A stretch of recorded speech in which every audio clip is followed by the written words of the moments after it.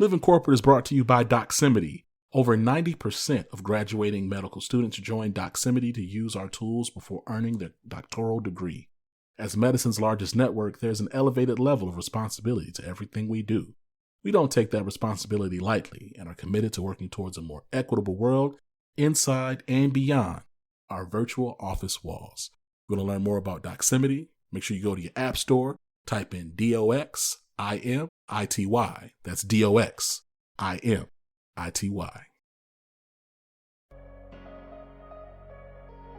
This is Including You, the new series from Lead at Any Level. Including You features stories from chief diversity officers and other executives who are creating inclusive cultures in their organizations. Our goal is to show what's working in companies just like yours, to give you the tools you need to keep pushing for progress in your own workplace. We want to create belonging and opportunity for everyone, including you. And now here's your host, Amy C. Waninger.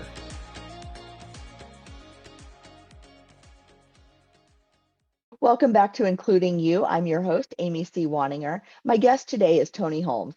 He's the Director of Talent and Diversity of United Way Houston, which transforms individual lives and brings long-lasting systemic change to tough issues. This nonprofit organization employs about 160 people in Houston, Texas. Tony, welcome to the show. Amy, thank you for having me. I am so glad to have you here. I love talking to people from all different industries. And I don't know that we've had anyone from a nonprofit yet, that we, at least not an episode we released, from a nonprofit like United Way. And so it's just neat to get different perspectives from different industries.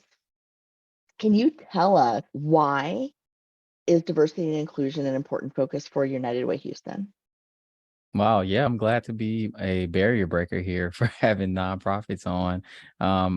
I would say that for United Way, diversity is important for our work because a lot of our work lies in social services. And so when it comes to social services, a lot of times your end user is a person of color, or it could be an individual that may be facing oppression, which is also a big, huge part of diversity. And so for our organization in our city, we are one of the most diverse cities in the country, and a very culturally aware city as well. And so for United Way of Houston, we're positioned to really make change in the social services area, specifically when it comes to diversity internally and externally. And so diversity work is super important for us, and we're so excited to be knee deep in the work and continuing to tread forward.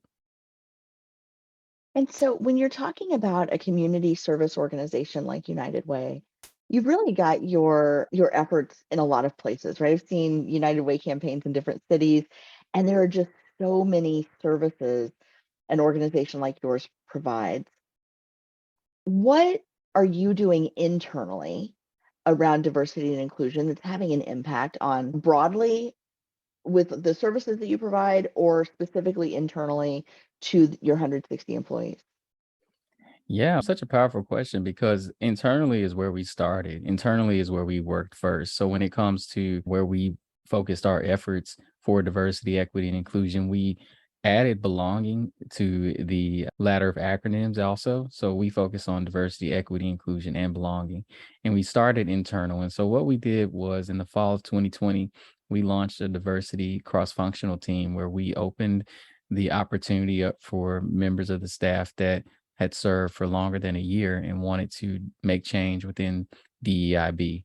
And so we gathered together and we worked together with our officers team to create a framework for change. And that framework was open-ended. It did have a charter, and that charter allowed us to have a base plan of action where we wanted to work around. And so what we did was create frameworks, create opportunities to engage our staff. So we engaged our staff around knowledge, evaluation, and self-awareness. And these strategies allowed us to teach the organization about diversity. It also allowed us to evaluate where we are as an organization. And then we promoted self-awareness for people to do learning on their own also. And we found that pretty helpful for getting started. And we started with knowledge, especially. We opened our doors to experts in different diversity fields. We invited them in to our all staff meetings, and we did 12 months or so worth of all staff trainings where we had people come in and actually teach our 160, 120 participants in those various different all staff meetings. And so that's where we started internally, and we're working to do more externally, but we know we want to have a certain level of commitment internally first. And so we've been focusing on that at each level of our organization. We break our organization up in 3 levels, which is core, which is our all staff, and then managers and directors. And we also have a board of directors also that is required by United Way Worldwide to participate in 2 hours of racial equity training.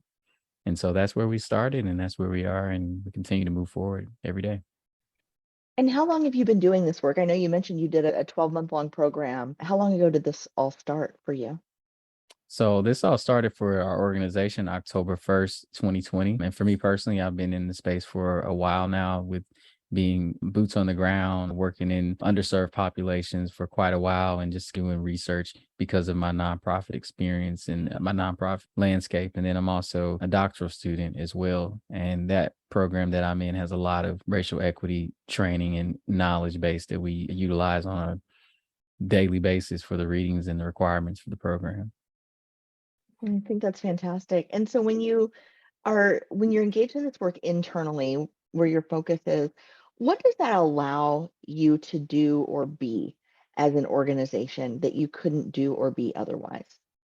Wow, that's a great question. I'd say for us, the internal work really just allows us to take off the imposter syndrome, because if we're doing the work internally, then we can now proudly push out more services to communities of color and challenge our corporate partners to do the same. When we're doing the work, it also allows us to measure to see if we're actually making change and making successful strides towards this work. I know we'll talk a little bit about what measurement looks like for us also, but for our organization, we find it important to walk the walk. We walk the walk in our hiring practices. We walk the walk in our equity lens, is how we look at various different facets of our organization.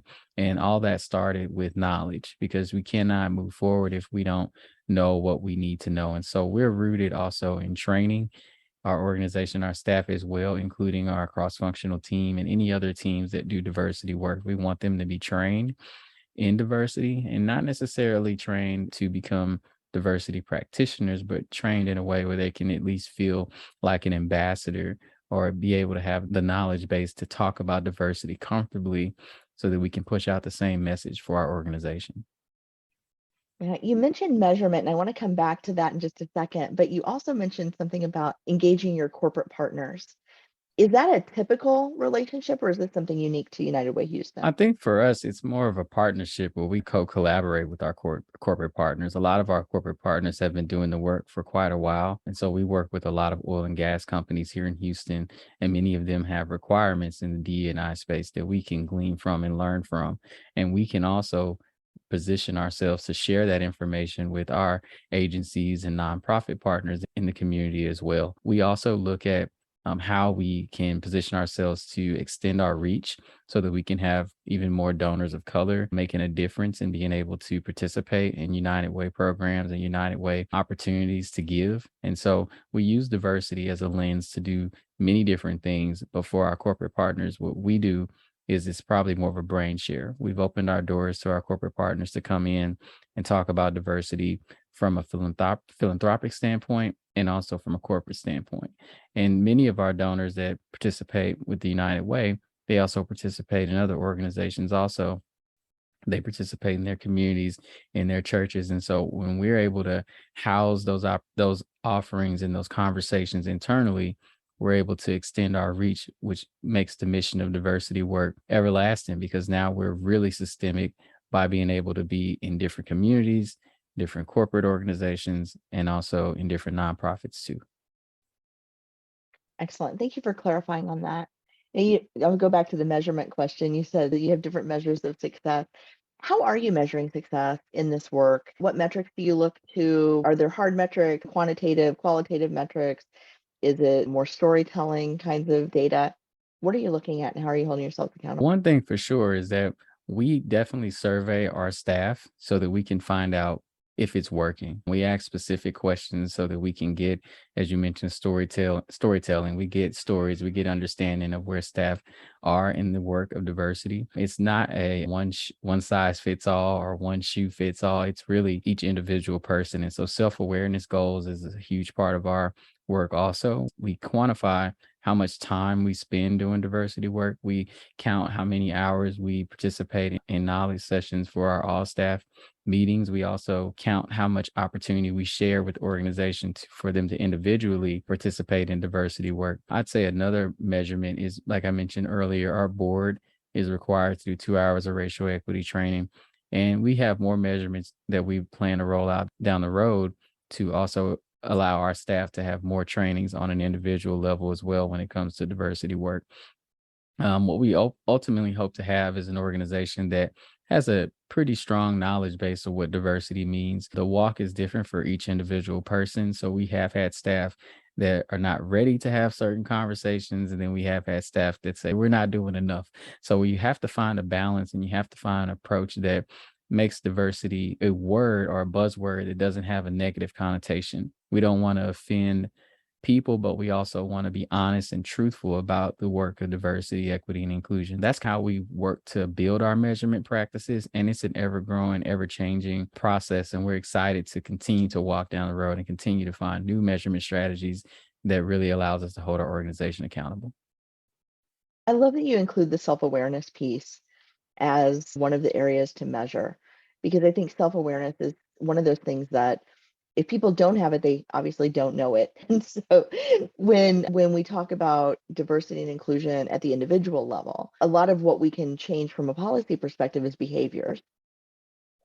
We can try with training and education to change attitudes, but getting that feedback from individuals about their own behaviors and attitudes is probably very telling in how effective the entire program is overall. Is that fair to say? Yeah, because with self-awareness, it's how you individually respond to DEI.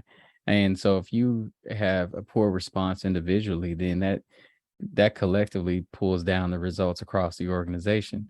And so we believe that if you can individually start to make the tracks and walk down the space of diversity for your own individual self, then everybody wins. So from a behavioral standpoint, you have to look deep within yourself and try to figure out how this work resonates for you, what's coming up for you, what's blocking you from walking down that road, what support can the organization provide, what kind of trainings do you need to see, and all that information allows us to go back full circle and retrain our staff on what's missing and what gaps lie. And so that's super important for us, because if we can be an organization that's behavioral based when it comes to DIB, then now we can walk the halls together and look each other in the eye and have a more even deeper understanding of our cultural awareness and cultural sensitivity. So as you're doing this work and you're seeing this progress, I know that the work is never done because there are new people coming in that need to be onboarded and assessed and trained and educated and managed through these processes.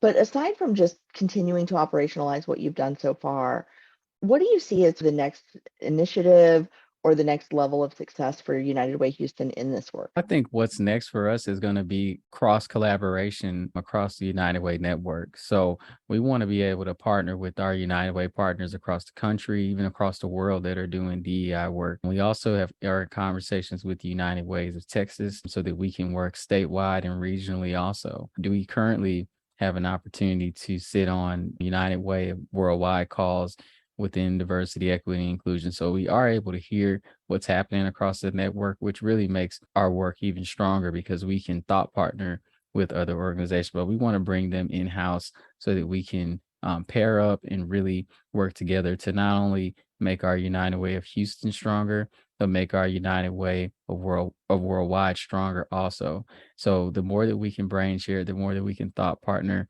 I think that's what's going to be key for us going down the road. So not only are we not reinventing the wheel all the time, but we're also using practices that work in real time. And then hopefully we can share that with our community and our nonprofit and corporate partners as well, so we can see what's working across the country and make it happen here in Houston. This is such an important piece, is this best practices sharing and sharing what's working so that other people can pick it up and examine it and adapt it to their own environment. And I love that you said that, because that's really what this show is about, is talking about what's working well so that others can be inspired and also take action, because inspiration is not quite enough. You have to actually go do the thing and take action. Tony, I want to thank you so much for sharing a little bit about your journey with United Way Houston and what you're doing that's working. Thank you so much. Thank you, Amy. Happy to be here. Thanks for having me.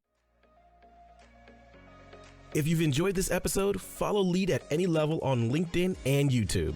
Then join us for Including You video simulcast every Thursday at noon Eastern. Including You can also be enjoyed each week as part of the Living Corporate audio podcast series, available on all major podcast platforms. Learn more at living-corporate.com. Including You is brought to you in part by Lead at Any Level, a boutique training and consulting firm improving employee engagement and retention for companies that promote from within. Lead at Any Level. Leaders can be anywhere and should be everywhere. Learn more at leadatanylevel.com. Lead at Any Level and its logo are registered trademarks of Lead at Any Level LLC. The views and opinions of guests on our show do not necessarily reflect the positions of Lead at Any Level, Living Corporate, or the sponsors of Including You. That's it for this week's episode of Including You. Join me next week when my guest will be Paris Jefferson from Full Stack Academy. Living Corporate is brought to you by Textio. Today's top talent is everywhere, representing everyone, and our work environment should reflect the level of inclusion to meet that standard. Textio achieves this in building more equitable company cultures through the language we use in our job postings. That culture is formed one hire at a time, making the words we use to reach more diverse candidates all the more important. Our advanced language insights and employer brand content is what drives our mission of inclusion. Through our industry-leading application of artificial intelligence and machine learning, we're able to widen companies' reach in finding and building upon the very diverse talent that empowers a culture of belonging. Every door should be open to every qualified job seeker. Again, that's Textio.